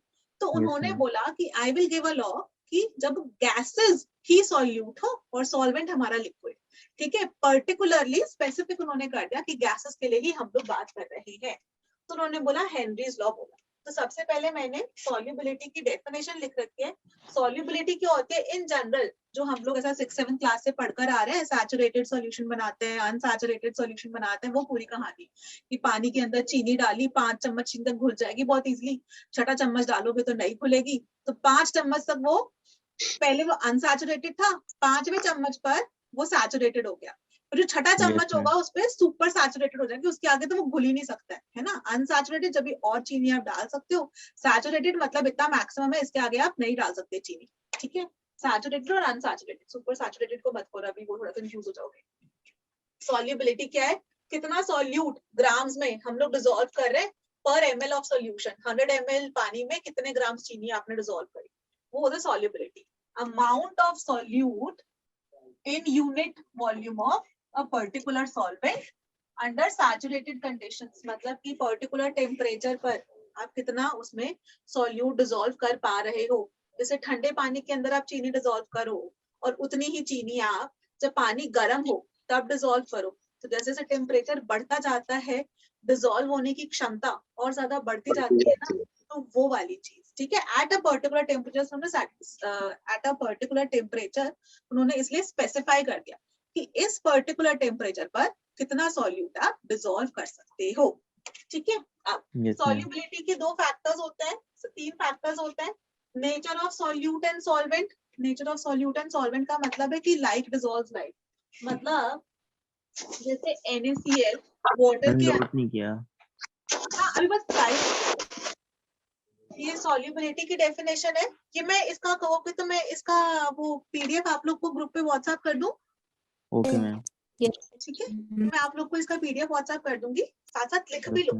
जो अपने हाथ से लिखे नोट्स होते हैं वो सबसे अच्छे होते हैं, क्योंकि उनसे आपको पक्का समझ में आता है, क्योंकि अपने हाथ से लिखे होते हैं, ठीक है। बाकी मैं शेयर कर दूंगी, आगे बढ़ो। Yes ma'am. है ना, तो अभी हम बात करें लाइक डिसॉल्व, ये क्या क्या फैक्टर्स होते हैं जिनके ऊपर सॉल्युबिलिटी डिपेंड करती है। तो पहला है like dissolves like. Like dissolves like का मतलब है nature of solute and solvent, कि सॉल्यूट और सॉल्वेंट की नेचर के ऊपर डिपेंड करता है। जैसे पानी पोलर सॉल्वेंट है, पोलर क्यों बोलते हैं, यहाँ पर H+OH- आयंस होती है ना, वाटर के ऊपर छोटा सा इलेक्ट्रिक वो लोन पेयर की वजह से डेल्टा नेगेटिव चार्ज होता है, हाइड्रोजन पे डेल्टा पॉजिटिव चार्ज होता है।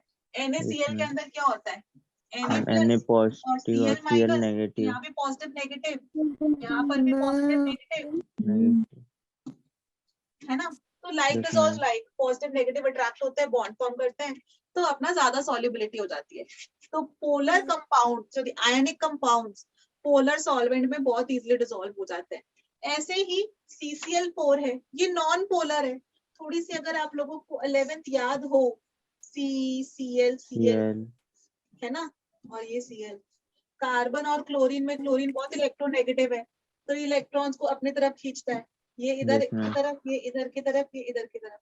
इस पे delta negative, delta delta negative, negative और डेल्टा मतलब डेल्टा नेगेटिव। नेगेटिव भी नहीं, पर एक्चुअली में ऑफ कोर्स डेल्टा नेगेटिव आया, लेकिन ओवरऑल डाइपोल मोमेंट 0 होता है इसका, कि सबका जब रिजल्टेंट निकालते हैं, याद है वेक्टर्स की तरह डाइपोल को सॉल्व करते थे, इसका ऊपर इस वाले को अगर आप करोगे सॉल्व, थोड़ा सा हम टॉपिक रहे हैं कि यहाँ पर जाएगा, इस वाले का जो है अगर रिजल्टेंट निकालू इस वाले का, तो एक ये एक इधर, इस वाले का एक ये और एक इधर, और इस वाले का नीचे, ये और ये कट जाते हैं, ये और ये कट जाते हैं, ओवरऑल इसका डाइपोल 0 होता है, नॉन पोलर हो गया ये नॉन पोलर है, बेंजीन नॉन पोलर है, तो नॉन पोलर में डिसॉल्व होते हैं, पोलर में डिसॉल्व होते हैं, लाइक डिसॉल्व्स लाइक। क्या यस बेटा? Ma'am, okay ma'am. अच्छा चलो, नेचर ऑफ सॉल्यूट और सॉल्वेंट पे भी डिपेंड करता है सॉल्युबिलिटी का। कैसे पानी के अंदर नमक कितना इजीली घुल जाता है, और चीनी घोलने में थोड़ा टाइम लगता है ना, बहुत देर तक उसको मिक्स करना पड़ेगा तभी जाके चीनी घुलती है। लाइक डिसॉल्व NaCl आयनिक है, जो चीनी है वो कोवैलेंट है, तो घुलने में टाइम लगता है ना। अच्छा, दूसरा फैक्टर वाज टेम्परेचर। टेम्परेचर के साथ भी सॉल्युबिलिटी चेंज होती है।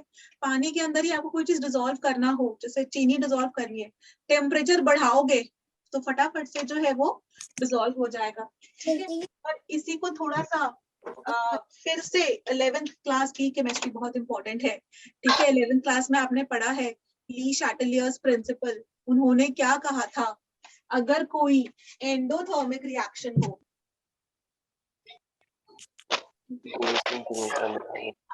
तो अगर कोई, उन्होंने क्या कहा था, कौन बताएगा इसका आंसर मुझे?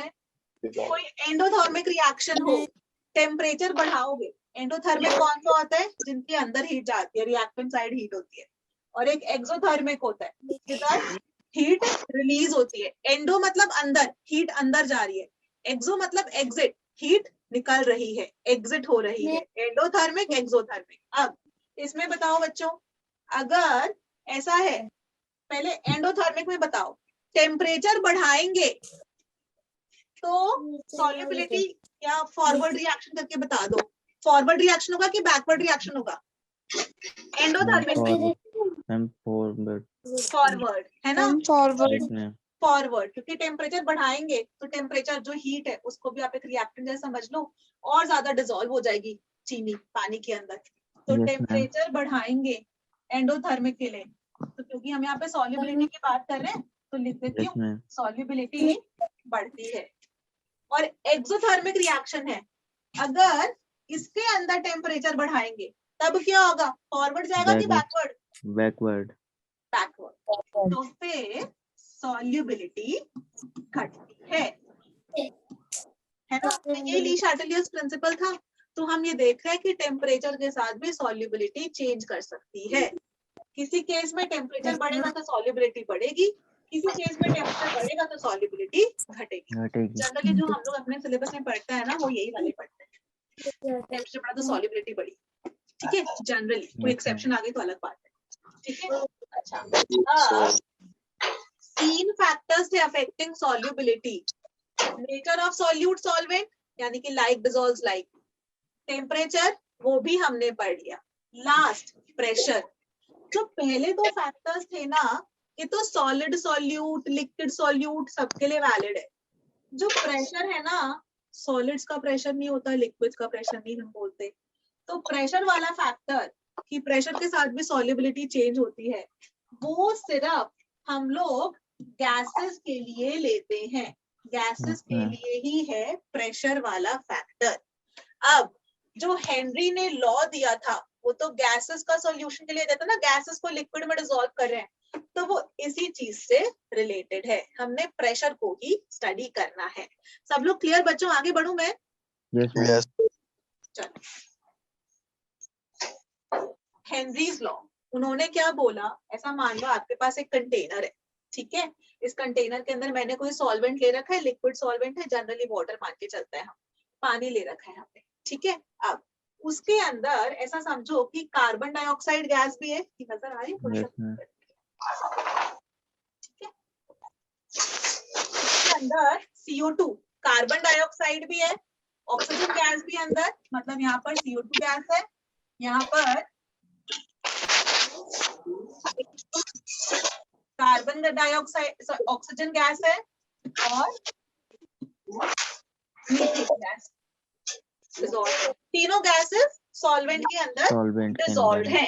अब उन्होंने क्या बोला, ये गैसेस हैं, थोड़ी बहुत गैसेस नीचे होंगी, थोड़ी बहुत गैसेस की वजह से वो ऊपर भी आएंगे, मॉलिक्यूल्स के गैसेस है ना, एस्केप करके बाहर जाएंगे, तो उनकी वजह से कुछ प्रेशर होगा, वेपर प्रेशर होगा, तो वो गैसेस की वजह से प्रेशर होगा, basically not vapour pressure, gases की वजह से जो प्रेशर होगा।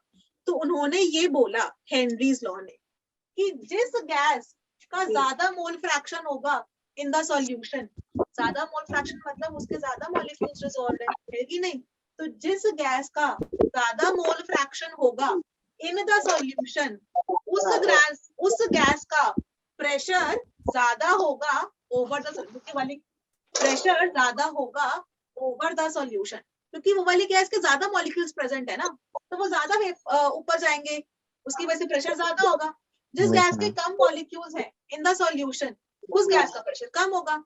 उन्होंने क्या बोला, solubility of a gas in a liquid, solubility को मोल फ्रैक्शन से रिलेट करना, ठीक है। इस वाले टॉपिक में सॉल्युबिलिटी को मोल फ्रैक्शन से समझो आप, कि moles of solute upon total number of moles.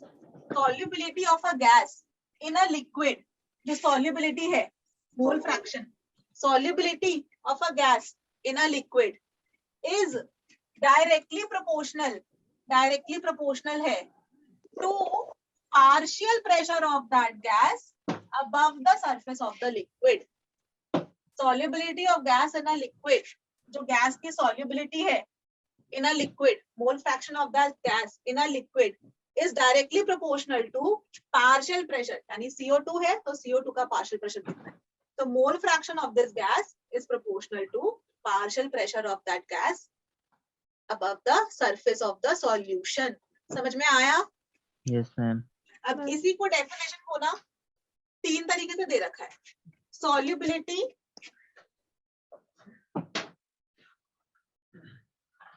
हाँ,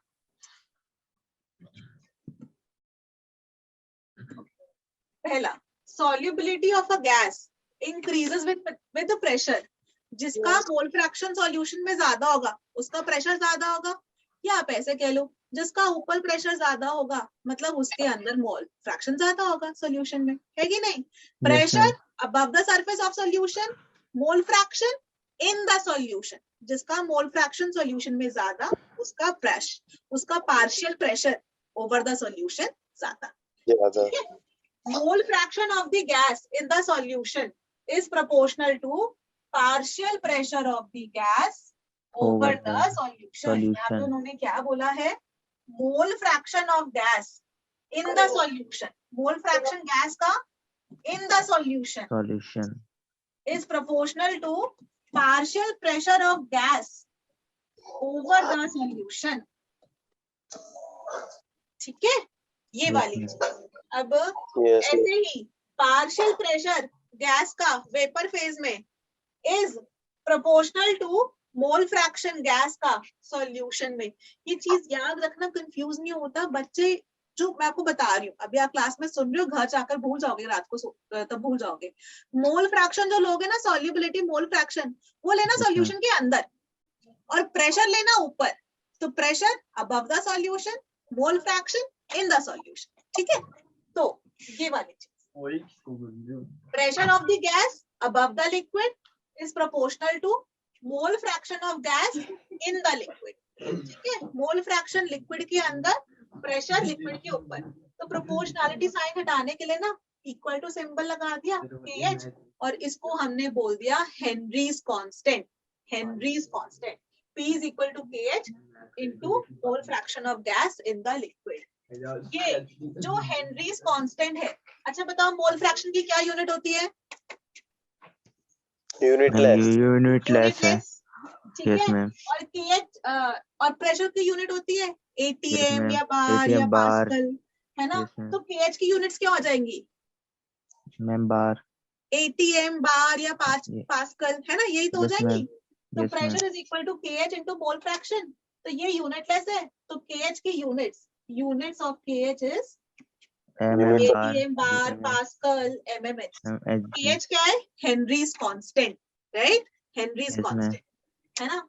अच्छा, केएच की जो वैल्यू है वो डिपेंड करती है नेचर ऑफ गैस पे, सॉल्वेंट पे, है ना। ऑफ कोर्स सॉल्यूट सॉल्वेंट हमने पढ़ा ना, लाइक डिसॉल्व्स लाइक, कौन सी गैसेस पानी में ज्यादा इजीली डिसॉल्व हो सकती है, कौन सी गैसेस कम इजीली डिसॉल्व हो सकती है कि नहीं। तो nature Yes, of ma'am. Gas पे डिपेंड करेगी हेनरीज कांस्टेंट की वैल्यू, सॉल्वेंट पे डिपेंड करेगी और टेम्परेचर पर डिपेंड करेगी, ठीक है। Yes, ma'am. P is equal to Henry's constant into mole fraction of gas in the liquid। बढ़िया, आगे बढ़ा जाए। Yes, ma'am.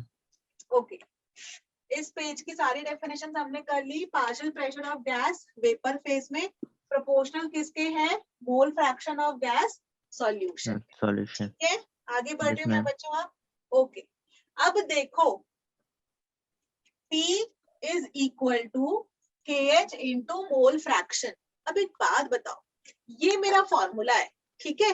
X है मोल फ्रैक्शन, जो एक्चुअली सॉल्युबिलिटी है, हम सॉल्युबिलिटी को रिप्रेजेंट कर रहे हैं मोल फ्रैक्शन के टर्म में। कॉन्सेंट्रेशन टर्म कोई चूज करनी थी, कहीं पे मोलारिटी लेते हैं, कहीं पे मोलालिटी लेते हैं, यहाँ पर हमने मोल फ्रैक्शन ले लिया, ठीक है। तो हम लोग बोल रहे हैं कि सॉल्युबिलिटी मोल फ्रैक्शन के टर्म्स में रिप्रेजेंट कर रहे हैं। ये केएच तो हेनरीज कांस्टेंट है, इसकी तो कुछ पर्टिकुलर वैल्यू होगी, 100, 50, 200, 400 कुछ भी कोई वैल्यू होगी। पी हमारा प्रेशर है गैस का अबव द सॉल्यूशन। अब मैं तुमसे थोड़ी देर में क्वेश्चन पूछने वाली हूँ, बहुत ही अच्छा, ठीक है। अब एक बात बताओ, अगर मैंने प्रेशर को कर दिया फिक्स्ड, केएच प्रेशर को कर दिया हमने फिक्स्ड, तो मुझे बात बताओ किसी पर्टिकुलर गैस के लिए अगर उसका, ये तो फिक्स्ड है, ये तो फिक्स्ड है, ठीक है, इसकी कुछ वैल्यू है वो फिक्स्ड। अगर किसी पर्टिकुलर गैस का प्रेशर फिक्स्ड है, अगर उसका केएच ज्यादा होगा तो सॉल्युबिलिटी क्या हो जाएगी, कम, कम। है ना। तो केएच ज्यादा तो सॉल्युबिलिटी कम, अगर प्रेशर मैंने फिक्स कर दिया।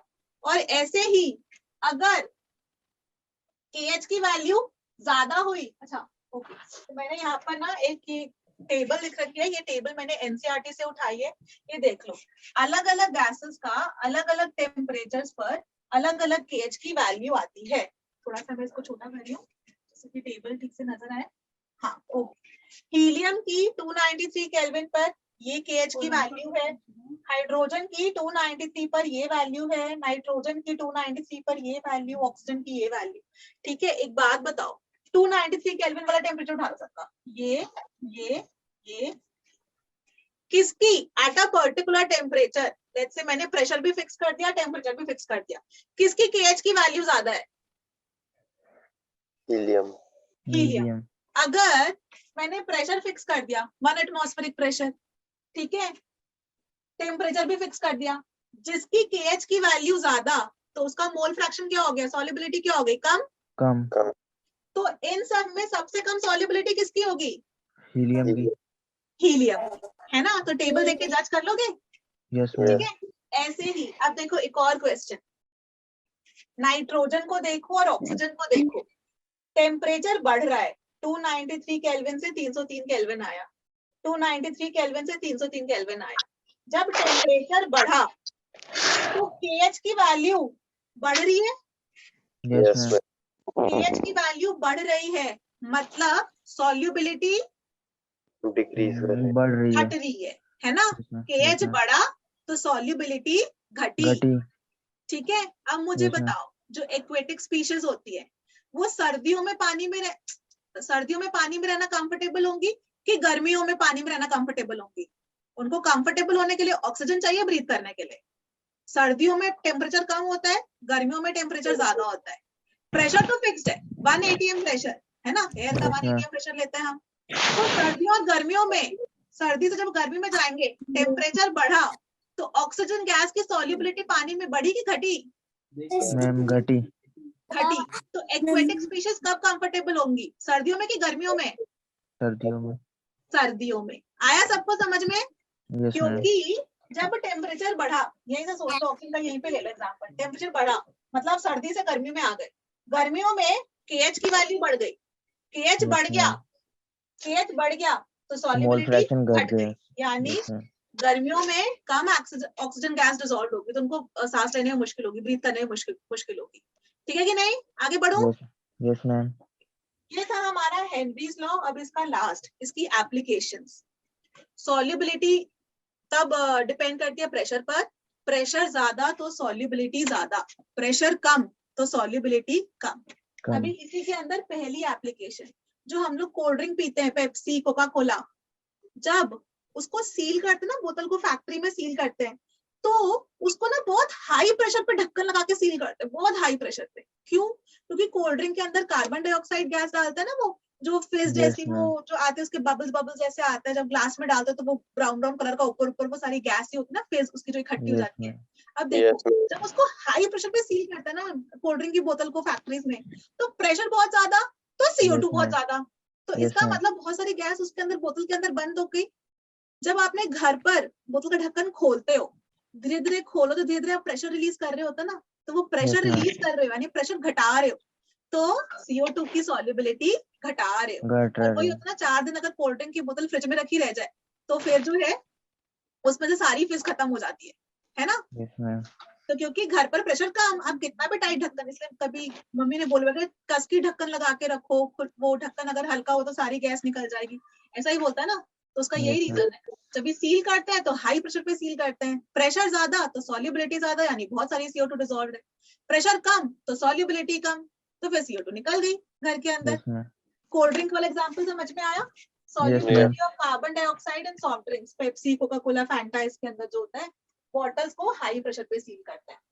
दूसरी इसकी एप्लीकेशन है जो ना डीप सी डाइवर्स होते हैं। डीप सी डाइवर्स कौन होता है? वो जो समुद्र में ना एकदम सरफेस पे नीचे तक जाते हैं, वो सिलेंडर लगा के ऑक्सीजन का ऐसा करके अंदर ही पानी के नीचे ही सांस ले रहे होते हैं पूरा का पूरा। अब देखो पहले तो वो जो डाइवर था उसको डाइवर कहते हैं, ठीक है। तो वो जो डाइवर था जब वो धीरे धीरे कर नीचे जा रहा है, समुद्र के अंदर जा रहा है, समुद्र के बेड पे जा रहा है, सी बेड पे जा रहा है। अब क्या हुआ, जब वो सी बेड पे पहुंच गया तो उसके कंधों पर, उसके ऊपर मतलब कितना सारा पानी है, वो पानी की वजह से प्रेशर बहुत ज्यादा है, बहुत ज्यादा है। तो वो जो सिलेंडर लेकर गया है ना, एयर का जो ऑक्सीजन का सिलेंडर लेकर गया है, उसके अंदर बहुत सारी गैसेस मिक्स्ड होती है। तो उसमें लेट्स से वो एयर लेकर गया है, तो एयर का मतलब 80% नाइट्रोजन और 20% ऑक्सीजन, ठीक है। 78-21 वो नहीं करी मैं, 80-20 बोल रही हूँ अभी, ठीक है। जो गैस का मोल फ्रैक्शन ज्यादा होगा उसकी सॉल्युबिलिटी ज्यादा है ना, तो नाइट्रोजन खूब सारी सॉल्युबल होगी उसके अंदर। तो इतने सारे प्रेशर पे जब वो सरफेस पे है, डीप सी डाइवर समुद्र, लेट्स से मान लो हमारा समुद्र है, ठीक है, उसके बेड पर है यहाँ पर डीप सी डाइवर, तो यहाँ पर इतने सारे पानी का उसके ऊपर प्रेशर है, प्रेशर बहुत ज्यादा हो गया उसके ऊपर, तो ये नाइट्रोजन गैस की, ऑक्सीजन गैस की सॉल्युबिलिटी उसके अंदर बहुत ज्यादा हो गई, प्रेशर ज्यादा तो सॉल्युबिलिटी ज्यादा। अब जैसे जैसे वो सरफेस पर ऊपर आ रहा है तो धीरे धीरे प्रेशर कम हो रहा है, क्योंकि उसके ऊपर अमाउंट ऑफ वाटर कम हो रहा है तो प्रेशर कम हो रहा है। जब वो यहाँ पर आ गया, आदमी एकदम सरफेस पर आ गया तो प्रेशर बहुत ही कम हो गया। अब तो सिर्फ हवा की वजह से 1 atm प्रेशर बचा है, तो प्रेशर कम तो सॉल्युबिलिटी कम। तो जो उसकी बॉडी में गैसेस हो रखी थी ना, जो हाई प्रेशर पे यहाँ पर बहुत सारी नाइट्रोजन डिसॉल्व हो रखी थी, जब वो सरफेस पर आया तो जैसे प्रेशर कम हुआ, अब वो नाइट्रोजन उसकी बॉडी से फटाक से निकलना चाहेगी। क्या बेटा? बाहर निकली। नाइट्रोजन फटाक से बाहर निकलना चाहेगी। जैसे प्रेशर कम हुआ तो सॉल्युबिलिटी कम, तो जैसे वो सरफेस पे आता है ना तो नाइट्रोजन की सॉल्युबिलिटी बहुत कम हो गई, नाइट्रोजन फटाक से बाहर निकलने की कोशिश करती है। तो नाइट्रोजन जब भी फटाफट से बाहर निकल रही होती है ना, तो क्या होता है, वो हमारी ना जो ब्लड वेसल्स होती हैं उसके अंदर उसके बबल्स ट्रैप हो जाते हैं, इतने एकदम से एस्केप नहीं कर पाते। तो वो बबल्स जो ट्रैप हो जाते हैं तो हमको प्रॉब्लम हो जाती है ये बेंड्स, ठीक है। तो इस वजह से जो ऑक्सीजन सिलेंडर वो लेकर जाते हैं ना, वो सिर्फ प्योर एयर का नहीं होता है कि नाइट्रोजन और ऑक्सीजन ही ना हो, उसके अंदर ना हीलियम भी डाल देते हैं। हीलियम का हमने पढ़ रखा है अभी टेबल में कि हीलियम की KH बहुत ज्यादा होता है, सॉल्युबिलिटी बहुत ही कम होती है। तो अंडर हाई प्रेशर भी ना हमारी बॉडी के अंदर ज्यादा डिसॉल्व नहीं होती है, ज्यादा नहीं होती है ना, KH ज्यादा तो सॉल्युबिलिटी कम। तो फिर यही वाली चीज, तो अंडर हाई प्रेशर हीलियम तब भी ज्यादा डिसॉल्व नहीं होती है। तो जब वो सिलेंडर के साथ ऑक्सीजन नाइट्रोजन के साथ हीलियम भी लेकर जाएगा तो उसको मुश्किल नहीं होती है, तो वो बेंड्स की समस्या को अवॉइड कर सकता है, प्रॉब्लम को अवॉइड कर सकता है। और ऐसी इसकी लास्ट एप्लीकेशन है जो माउंटेन क्लाइंबर्स जो होते हैं, जो लोग खूब पहाड़ों पे जाते हैं, माउंटेन क्लाइंबिंग करते हैं, तो जब वो बहुत ऊपर जाएंगे तो वहां क्या होता है, एटमॉस्फेरिक प्रेशर ना कम हो जाता है। प्रेशर कम हो गया तो प्रेशर कम होने की वजह से ऑक्सीजन की सॉल्युबिलिटी बॉडी में कम हो गई। प्रेशर बहुत कम तो सॉल्युबिलिटी फिर से बहुत कम, तो उनको सांस लेने में तकलीफ होती है, जिस प्रॉब्लम को हम कहते हैं एनॉक्सिया। इसको एनॉक्सिया कहते हैं, यहाँ नाम नहीं लिखा मैं, तो इसके लिए एनॉक्सिया, क्योंकि ऊपर बहुत माउंटेन्स के ऊपर जाएंगे तो पार्शियल प्रेशर ऑक्सीजन का बहुत कम होता है, प्रेशर कम तो ऑक्सीजन की सॉल्युबिलिटी डिक्रीज हो जाएगी हमारी ब्लड के टिश्यूज में, तो लोगों को वीकनेस हो जाती है, चक्कर आने लग जाते हैं, ठीक है ना। ऐसे कहते हैं को पहाड़ों पे जाएंगे थोड़ा सा एक्लेमेटाइज होने में थोड़ा टाइम लगता है बॉडी को, तो यही वाली चीज है हेनरीज लॉ की। 3 एप्लीकेशन थी, कोल्ड ड्रिंक वाली, डीप सी डाइवर्स की और माउंटेन क्लाइंबर्स, ठीक है। आज की क्लास खत्म यहाँ, ठीक है। Yes ma'am. अब हम ये 3 एप्लीकेशन हो गई, यस ठीक है। अच्छा एजोट्रोप्स, सॉरी एजोट्रोप्स बचा है, बस 2 मिनट पे क्लास ओवर करते हैं बच्चा। एजोट्रोप्स बहुत ही छोटा टॉपिक है। एजोट्रोप सिंपली क्या है, 2 लिक्विड्स है, लिक्विड लिक्विड सॉल्यूशन, 2 लिक्विड्स है, लिक्विड्स का जब भी हम सॉल्यूशन बनाते हैं ना तो लिक्विड स्टेट में और फिर उसके वेपर्स भी बनते हैं, तो एजियोट्रोप्स हम उन सॉल्यूशंस को कहते हैं कि वो पर्टिकुलर कॉम्बिनेशन में इतने % बाय मास, इतने % बाय वॉल्यूम, हम इस तरह कर बनाते हैं एजियोट्रोप्स को। कि एजियोट्रोप्स में क्या होता है, जो 2 डिफरेंट लिक्विड्स उनका डेफिनेट कॉम्पोजिशन होता है, उनका डेफिनेट कॉम्पोजिशन होता है लिक्विड फेज में भी और वो जो वेपर्स बने वेपर फेज में भी एट अ पर्टिकुलर टेम्परेचर, ठीक है। जब भी 2 Yes, लिक्विड्स ma'am. बॉइल करते हैं कांस्टेंट टेम्परेचर पे, उनका जो कॉम्पोजिशन अपना फिक्स रहता है in liquid and vapour phase, ठीक है। कंपोनेंट्स और एजोट्रोप के मिक्सचर ना, उसको हम फ्रैक्शनल डिस्टिलेशन से सेपरेट भी नहीं कर सकते हैं, इसमें सिर्फ इतना ही है और कुछ नहीं है एजियोट्रोप्स के लिए, ठीक है। और इसके अंदर जो है मैं फ्रैक्शनल डिस्टिलेशन क्या, फ्रैक्शनल डिस्टिलेशन। हाँ फ्रैक्शनल डिस्टिलेशन से भी हम एजियोट्रोप्स को सेपरेट नहीं कर सकते हैं।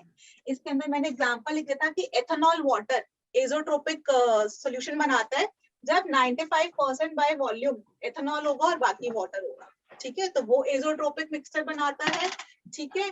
अगर Yes, ma'am. एजोट्रोपिक मिक्सचर में सिर्फ इतना ही है, अगर पॉजिटिव डेविएशन वाला है, आप लोग को याद होगा पॉजिटिव डेविएशन तो minimum boiling point, positive deviation मतलब मिनिमम पॉजिटिव मतलब कि वेपर प्रेशर ज्यादा है तो उनका बॉइलिंग पॉइंट कम, तो जो पॉजिटिव डेविएशन वाले एजोट्रोप्स होते हैं उनका बॉइलिंग पॉइंट कम होता है, और जो मिनिमम नेगेटिव डेविएशन वाले होते हैं, नेगेटिव डेविएशन, उनका बॉइलिंग पॉइंट ज्यादा होता है। इसके अंदर एक एग्जांपल ये लिखा है, बस एजोट्रोप्स में इतना ही है बच्चों, यस मैम।